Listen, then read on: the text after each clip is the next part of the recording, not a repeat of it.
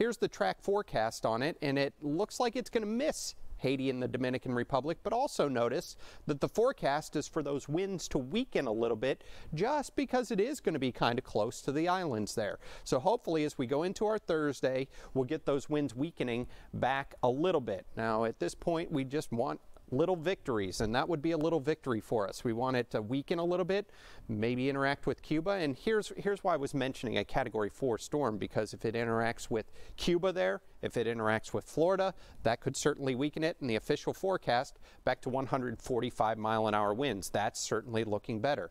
And then as it tracks up to the north, if it does have that interaction with Florida, then we could be looking at a Category 3 storm instead of a Category 5, and that's certainly what we want.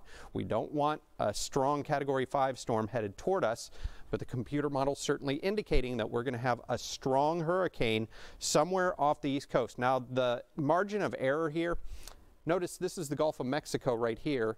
This is the Atlantic Ocean.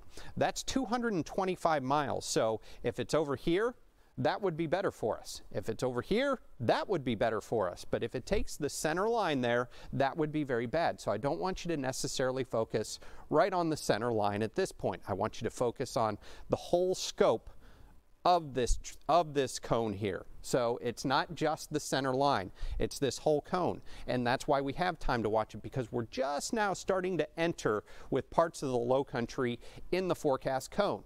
So keep in mind, it could be way over here in the Gulf, it could be way out there in the Atlantic, and we're hoping for either of those, especially the one where it would be out in the Atlantic. And we had several model trends where it was pushing a little bit farther to the east, but now it seems to be coming back a little farther to the west, so we're going to have to watch that very, very closely. So the GFS versus the European model, and there they are tracking very close to the Bahamas there, and then right off the coast of Cuba. Now, one of the models does have it right over top of Cuba, and if that's the case, that would be good. That would tear up the storm just a little bit, but the other one out here over the Atlantic Ocean. And there's that turn to the north. So once we get this turn to the north, we're going to know a whole lot more. That turn to the north isn't going to come until Saturday. So that's why we're not saying to board up your house right at this point. What we're saying right now is make sure your hurricane supply kit is stocked up and ready to go.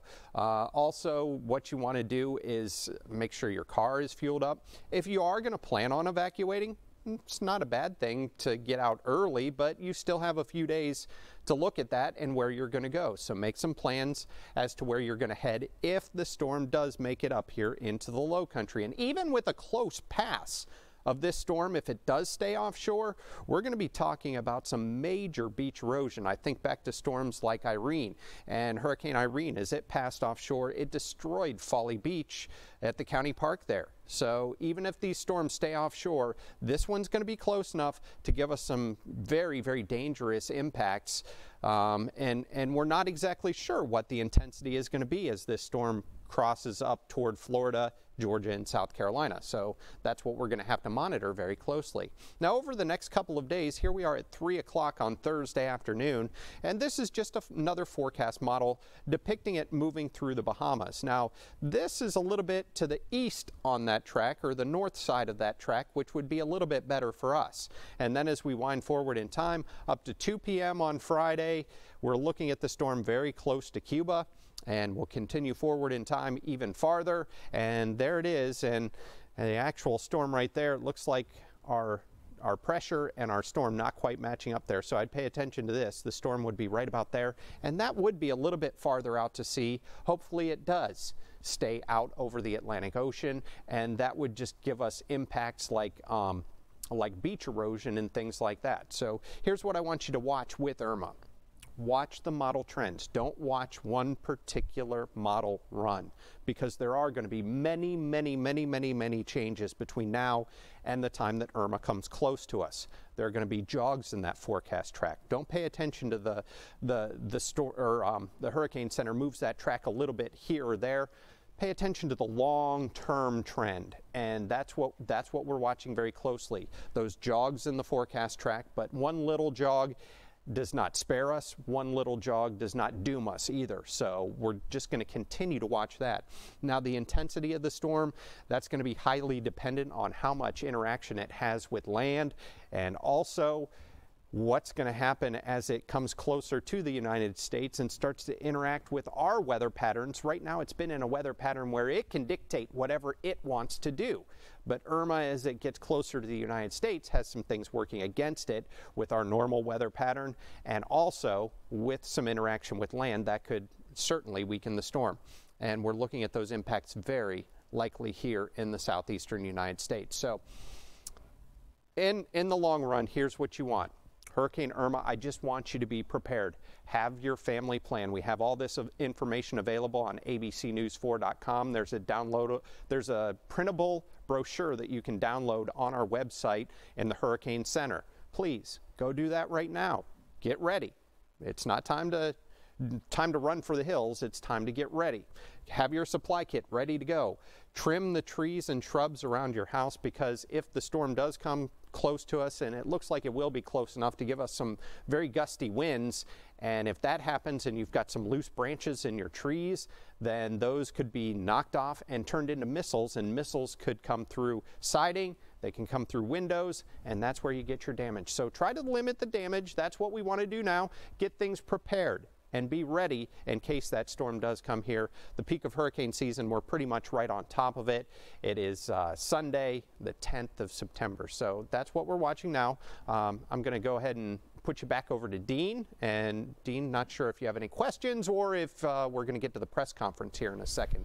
Well, first of all, you know me better than that. You know I've got questions. I know you do. Always got questions. We are waiting for Governor Henry McMaster. He's at the South Carolina Emergency Operations Center. He's going to be joining other state leaders to talk about the plans and what we can expect over the next 4 or 5 days. When he is stepping to the podium, we will certainly let you know. As for now, we'll turn it back to Dave. And you know, the thing that I noticed, and the thing that I'm starting to see now, and just hearing people, and we're getting a lot of questions, is certainly those spaghetti models. Is there a model that is historically more accurate than the other ones? And in the past, we used to say the European model performed very, very well under these circumstances. Well, the North American model, they sunk some money into it, and it's actually been very accurate recently as well. And that's why I show the comparison between the two, because they've been trending very close together. And when those models start to trend close together, that gives us a better idea of what exactly this storm is going to do and how it's going to unfold. There are a lot of wild cards in there, though. So those wild cards would be the influence of the weather here over the United States, and also the interaction with land. So unfortunately for some other folks, I hope it does hit some land, because that would tend to break it up as it heads in this direction. But at this point, the European model, the North American or the GFS model, they're both performing, we hope not well, but it looks like they're in close combination right now. So we were talking earlier about the high pressure that we're keeping an eye on. You want to expand on that a little bit? Yeah, and I don't have the graphic available for it right now, but I can definitely talk to it. We have an area of high pressure that's going to settle into the northeastern United States, and hurricanes, the wind around a hurricane, it's a low pressure center, so it's spinning counterclockwise. Now, with a high pressure center, it's the opposite. It spins clockwise, and that's kind of what's pushing our hurricane right now, Irma, right toward Puerto Rico. There's a big area of high pressure out in the Atlantic Ocean, so it's riding around that. It doesn't want to go to the area of high pressure, it wants to avoid it, so it's riding around the winds and being pushed off to the west. Now for us, next week, we're actually going to have a cold front come through here into the overnight hours and tomorrow. That cold front, what it's going to do, it's going to push off the coast, and it's going to open the door for a very strong area of Canadian high pressure to move into the northeastern United States. And it's going to be a battle for several days between Irma here and that area of high pressure that's going to settle into the northeastern United States. And just like this storm is being steered right now by a high pressure out in the Atlantic Ocean, this could be steered by an area of high pressure that's going to be in the northeastern United States. I'm hoping that area of high pressure is a little bit weaker, and I'm hoping maybe it moves out a little quicker, and then we can get maybe a different path with this storm. So there's a lot of elements at play as to exactly where this storm is going to track, and as far as its intensity, Dean. So tell me if I'm right or wrong here, because this is what I hold true to. 5-day forecasts rarely come true. 5 days out. If we think about that, right? Yes. Wednesday, yes. Thursday, Friday, Saturday, Sunday, yes. and then something into Monday. Yes. And what we saw with that line really changing overnight, moving to the east, my hope is, and hope is not a strategy, once said by a close friend of mine, is that line continues to move that way. And that is my hope. That is my hope. And there is a 225-mile error in the forecast track once you get out to 5 days. So like I pointed out, that 225 miles, it could be somewhere in the Gulf of Mexico, or it could be much farther out in the Atlantic Ocean. That's why we don't like to focus on the center line, especially at 5 days out. And that's why the cone gets wider with time, because your forecast errors are out there, and hopefully this will change. And that's the one thing we do have on our side. We do have time. We do have time to watch this storm, and that's why we're preparing accordingly. Every day it's going to step up a little bit more as this storm approaches. So today's the day to make sure you have your family plan ready. Make sure the little things around the house are ready to go. That's why you want to download that printable brochure that we have on abcnews4.com in the Hurricane Center, and that'll give you the ideas of what to do on day one, to be prepared there. And then tomorrow is going to be day 2, and then day 3, day 4, day 5. And if the storm does hold true and it ends up something similar to Matthew once it does make that turn, and that's a whole nother scenario. We're not exactly sure where that turn is going to occur. And when it does make that turn and starts to move our way, it's going to look a lot like Matthew. Many of us were here for Matthew last year, so we're familiar with watching that storm all the way up the coast of Florida. And we had evacuations very early last year with Matthew, and that was fantastic because people got out of town. People were not here when the storm came through, and it was a fairly orderly evacuation. So that's what I'm hoping. And with all the time that we have to watch this, I'm hoping this is going to be exactly the same scenario that we had with Matthew as far as our evacuations, but I hope it stays farther off the coast. And like you said, Dean, hope is not a plan, but that's what we've got right now. Don't you like that? Hope is not a strategy? It's definitely not. So here are the other questions that I'm getting, and I'm sure you've gotten a few as well. People are asking, you know, when should we leave? I'm sure the governor will certainly address that if there are evacuations that are ordered. But if this storm is to hit on Monday, logically you would think that you could leave Friday. I wouldn't go out on a limb and say schools will be closed on Friday. We do know that Charleston Southern is closing up shop 9 o'clock on Thursday night. But if the plan is to close schools on Friday, then yeah, jump in your car, get a head start. If the storm does come here, I would imagine that there won't be school for a few days next week. Wouldn't you agree? Yeah, obviously. And even this week, you've heard the calm before the storm, right? Right. Yeah, well, we've got the calm before the storm, not necessarily today because the skies are cloudy and it's a little bit stormy out there. That's the cold front that's going to roll through here. When that cold front pushes off the coast, we're going to clear things out very nicely into the day tomorrow, into the day Friday, and I think most of the day Saturday is looking gorgeous as well. So those are the times when you can get outside, make sure the exterior of your house is ready to go for a hurricane, and that's the time that we'll have a lot better picture on what this storm is going to do. Every day is going to bring a little bit more clarity, and as that storm approaches, maybe on Friday or Saturday, that's when you want to put up the hurricane shutters. And I always tell everyone, if there is an evacuation order given, please make every effort to go. I know some of you cannot go. I know I'm not going anywhere, but I also have reservations for my wife in a hotel somewhere else. So it's not a bad idea to have that plan ready to go. You can always cancel reservations, right, Dean? That is true. But I think the other thing people need to remember, too, is 2 days ago, Florida issued a state of emergency for all their counties. They're talking about people evacuating there. So think about the push of traffic and the number of people who may be leaving the state of Florida on I-95. That would also give you a little bit of jump on that traffic as you head either, 26 up to North Carolina, or if you're going to take 77, up into North Carolina, Virginia, West Virginia, if you plan to go that far. Yeah, definitely. And keep in mind, too, if this storm does make landfall somewhere in Georgia, South Carolina, it's got to go somewhere. And now, fortunately, like we saw with Harvey, This storm isn't going to sit here.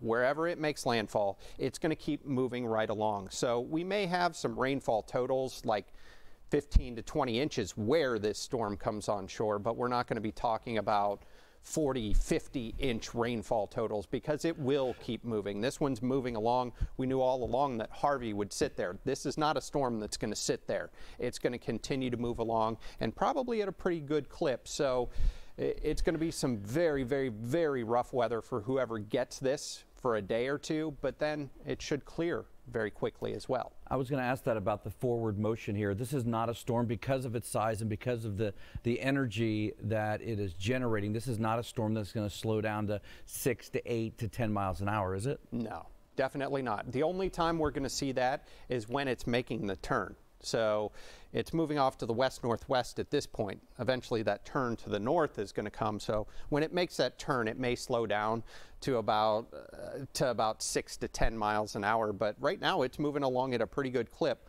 west-northwest at 16 miles an hour. But that's also going to be something that makes it a little bit harder to turn. So we'll watch those winds or the direction of it very closely, especially as we go into this day Saturday and it gets up in this area right here up toward Cuba, the southern Bahamas, southern Florida. That's when we're going to see the speed slow down. And as it slows down, that's how we know it's about to make that turn. So something that we'll watch eventually. And then, yeah, it should move off to the north pretty quickly once it does make the turn, probably back about to the speed where it's going right now, around 16 miles an hour. If that line dips more south in a southerly fashion, and it does come into contact with landmass Cuba, Haiti, what impact will that have on it? Will it give it a chance, or is it just too big to break apart? I doubt if it's going to break apart completely, but what we could be talking about is a Category 2 or 3 storm instead of a 4 or 5. And that's a huge deal because last year with Matthew, it was a Category 4 off of Florida, and it did some pretty bad damage down in Florida. And by the time it came up to us, it was really starting to weaken really around a Category 1 storm. So that's what I'm hoping, that it does have some land interaction around Cuba, possibly South Florida, but that's not going to take this storm away completely. And keep in mind too that it may have a little interaction with these islands, but it's going to be right back out over the water. So hopefully the energy that it's accumulated over the last several days out in the middle of the Atlantic Ocean, hopefully once it gets up closer to the United States and it loses a little bit of that, hopefully it's never able to gain that back. And I really don't think it will. I think we've seen it at its strongest. I think from here on out it'll gradually weaken, but go away completely, that's not going to happen anytime soon. You know, the great thing about social media, if people can interact with us as we talk about this. Somebody wanted to know what this is. They wanted to know if it was a plane ticket. Let me check. Hold on. No, yep, Dean will be here as well. Yep, I'm at the 5:30 flight out of here, Delta flight. Yeah, I'm heading out to Seattle. I don't buy that. In case here. Yep. You were talking about the turn of this thing. Somebody had said yesterday, it's like, imagine an 18-wheeler going like 185 miles down the interstate, and it's got to take a right turn real quick, right? On ice. Yeah, on ice. It's not happening, is it? Yeah, and that's just it. This is interacting with the entire environment out there, and it's kind of like a fishing bobber. It's not attached to the surface of the ocean. It's just bobbing along and it's going to float. So I think we're about ready to go here, Dean. All right, we do have some, my plane ticket's gotten out of control. Let's take a listen. Are we going out to Columbia right now? All right, here's Governor Henry McMaster. Take a listen. This is Jason Herdig. He's an interpreter. Sir.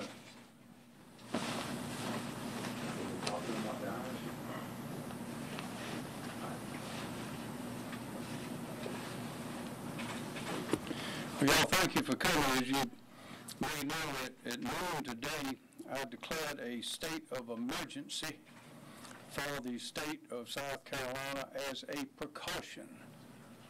It is a precaution. This is not an order of evacuation. I repeat, this is not an order of mandatory evacuation. This is a state of emergency, meaning we are in a state of emergency. Something is likely to happen and we need to get prepared. This declaration officially allows emergency management officials to begin execution of our state hurricane preparedness plan on the state and the local level. It also allows the National Guard to pre-position resources, move people, and stage resources in anticipation of evacuation, probably of the low country, and in anticipation of landfall of the hurricane and recovery, which will follow the landfall. Just a few moments ago, I gave official approval to execute the state mass transportation plan, which allows FEMA and the National Guard to begin contracting with commercial entities, companies, for the purpose of evacuating those without transportation or means to obtain transportation. That typically will mean buses. That is, they have the authority to start making those financial arrangements.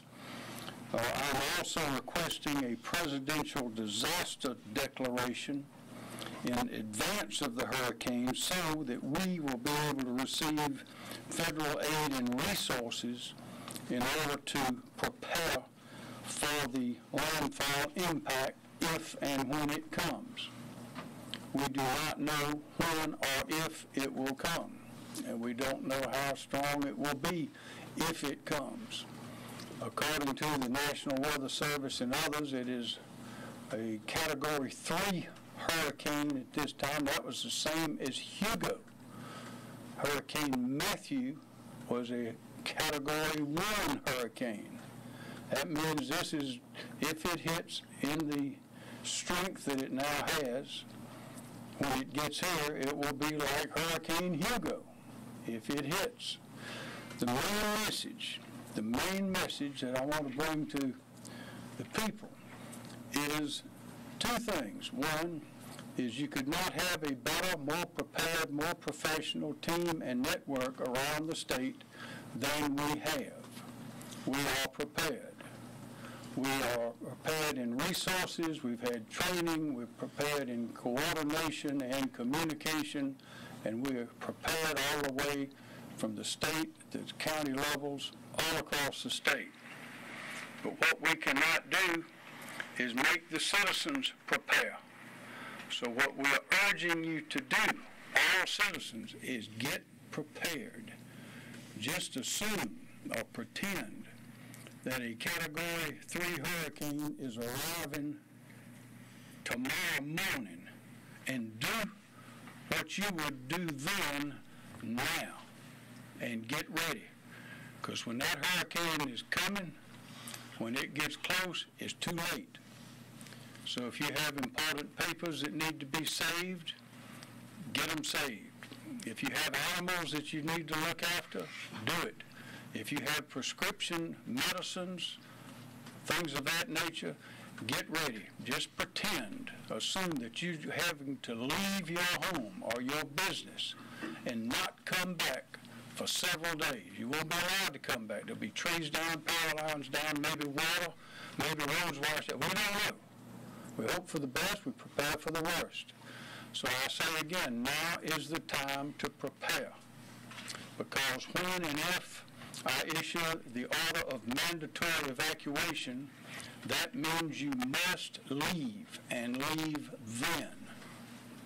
Now there's a lot going on between now and then.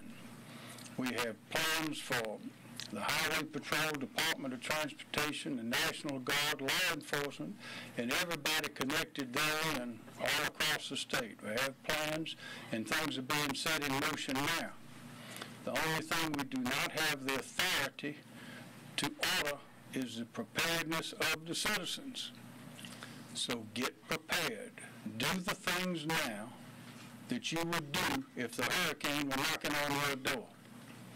And that way we'll save life, we'll save property, and we'll be able to recover quickly, much more quickly, if and when the hurricane strikes. Now I say again, I'm not ordering an evacuation at this time, but we will do that at the appropriate time when and if it gets here. So again, we are prepared.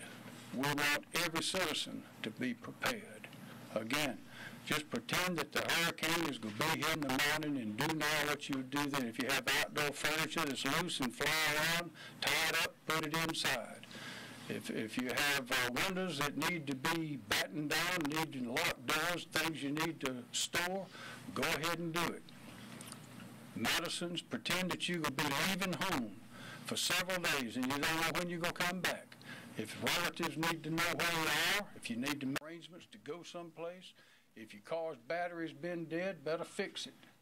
If you don't have gas in your vehicle, better get some. If you don't have a map on how to get around, better get one. And remember this, there'll be a lot of misinformation going on. We have a lot of social media. A lot of people will be very helpful, but there'll be some that will be dead wrong. When they say this road is out or that road is flooded, they may be dead wrong. Listen to the official sources. Listen to the official sources and do what they say. We've planned for this. We will have the official information, and it will be reliable, and you need to be ready to listen to it. So have your radios on. Have your cell phones charged. Be sure to take your chargers with you. All those things that you would do if you have to leave now, go ahead and get them done. And if we're lucky, we won't need to leave. If we're unlucky, we'll wish we left a little earlier than we did. And for those folks who determine that they want to stay in their homes or stay in their businesses despite an evacuation order, we can't come get you. After a certain period, we can't come anymore and risk the lives of people to come get you. You'll be on your own. So when we say go, and if we say go, when we say go, that means it's time to go. I'd now like to ask Director Stinson and General Livingston. General, anything you'd like to add, sir? Yes, Governor. Thank you, Governor. Just want to emphasize a couple of points Governor made. Irma is a very dangerous storm. We don't know where Irma's going to hit, if it's going to even hit the East Coast. Some of the tracks are taking it further east, but we just don't know. We'll know better in the next 24 to 48 hours where the storm will be headed. We are continuing preparations. Team South Carolina, under the governor's direction, all of the agencies that report to the governor, all the counties, all the cities, we're taking preparations like we're going to see hurricane or tropical storm force winds coming in around Sunday or Monday. That doesn't mean it's going to happen, but we are preparing. We encourage you to prepare. Have a plan, as Governor says. Get ready to move, and then when the word comes, you'll be prepared. Thank you. Yeah. Director Stinson. Yes, sir. I think most of you know our job here at EMD is to coordinate the state response under the governor's direction, obviously, and that involves not just the state agencies, but also involves the local authorities, the counties. We're in constant contact with the counties to make sure that we're up to date on any unmet needs that they might have at this time. Right now, we don't know of any, but it takes a while to put these plans into effect, so obviously we need to start the coordination now. We obviously have a very experienced team in South Carolina. Probably one of the best training experiences we went through recently was Hurricane Matthew last year, and that pretty much validated our plans, especially in terms of the evacuation piece. So, you know, we're in a pretty good place, and as said earlier, we've got really good emergency management professionals throughout the state of South Carolina, and when the need comes, we'll have those from FEMA and the federal government as well. One thing I did want to mention, also in kind of in relation to what Governor McMaster talked about, was personal preparedness. The hurricane guide is chock full of information that can get you ready for any kind of situation, not just a hurricane, but it's pretty much focused on the hurricane, but talks about what you need to do before, during, and after the hurricane, and that's all written down in there. It's available in a number of means. It's available at Walgreens. It's available at coastal DMV offices, and also on our website at scemd.org. So it's just chock full of information, and highly suggest you take some time and take a look at that, and you'll definitely be more prepared. Sir? Any questions? Yes. Yes, ma'am. Did you say you already have, or you will be asking for a federal declaration? Will be Okay. soon, How soon? this afternoon. Governor, with all the other problems we have in the wildfires and Harvey, what have you heard from the federal government so far about their level of preparedness to be able to help not just us, but Georgia, Florida, all the other areas that'll be affected by that? They are prepared, and they've been through the same things that we've been through. And of course, with the recent experience, just in the last few weeks, they're on high alert. Governor, do you know, I know it's hard to say right now what the storm's going to do, but do you have a day in mind that you think you will make a decision about evacuations, even along the coast? It's a wild guess almost, but probably Friday, probably. And if and when you decide to order evacuations, have you made a decision about lane reversals on 26? Those decisions are being made. They've been, all of those plans have already been laid out, but some of it will depend on when the storm gets in, which direction it's coming from. Are there emergency shelters already open for folks who would like to get out early just in case? I don't know that it is open yet. No, there's none open right now. Are they in the process of being set up at this point? And that's part of the preparation process, is that we're identifying those locations and the staffing that's required for operational. And the National Guard played a big role during the flood in 2015. Are there preparations being done? Are they being called out to get set up? General? As mentioned before, we're way ahead of the power curve right now, so we've still got about another 24 hours before we'll start making some of those decisions. But we do have our troops alerted. We are receiving the help that we sent to Texas. They're coming back to South Carolina. They finished the mission there. So we will be prepared, and we'll be notifying people. And you ask about the centers. Once the evacuation orders are put out, that's when the centers will be available. And those evacuations orders will be in plenty of time for people to leave. We don't even know what this storm's going to do yet, but the governor just wants us to make sure we're completely ready, like Team South Carolina is always completely ready. So, General, the National Guard hasn't been activated yet? It has not. Okay. In terms of the buses, would y'all be using school buses again from the upstate, or? It's going to be a combination. We will use some school buses, also use some contracted commercial buses, and also some FEMA assistance. So it's kind of a hybrid operation. So it's got a lot of flexibility to it. Are any of you concerned that with the evacuations that will be hitting Florida coming through our area, that's going to complicate any evacuations orders we may have here in South Carolina as far as traffic and hotels, that sort of thing? We stay in contact as a special group, basically, that monitors that particular situation there. And we've activated them before, and to coordinate the traffic between Florida, Georgia, and us, and potentially North Carolina. So that's all part of that planning process to make sure that we're all on the same page.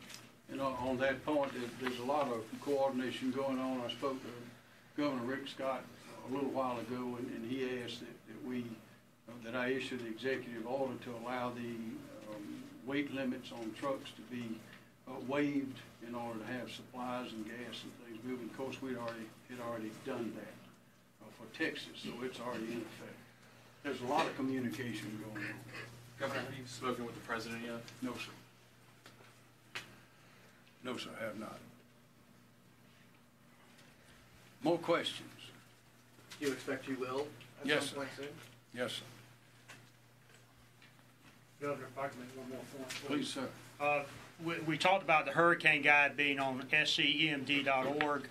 There's great information, up-to-date information on the storm and links to all of the official sites on scemd.org. So I encourage you to use that website to go to where you need to keep up to date as far as the storm's progress and things that we're doing in South Carolina. And I want to say again, we're urging people to be prepared. There's an enormous amount of good, reliable information in this booklet and also on that website. And of course, with the social media we have, there'll be a lot of people trying to provide helpful information, it will turn out to be inaccurate. So I would urge all the citizens to be very careful. Go to these official websites, talk to the people who know, listen to the people who know, and they'll be readily identifiable, and that'll preclude a whole lot of problems for us. Now's the time to prepare. When it's too late, it's too late, and that's when we really have a lot of sadness. Thank you very much for coming out, and we will keep you informed. Thank you.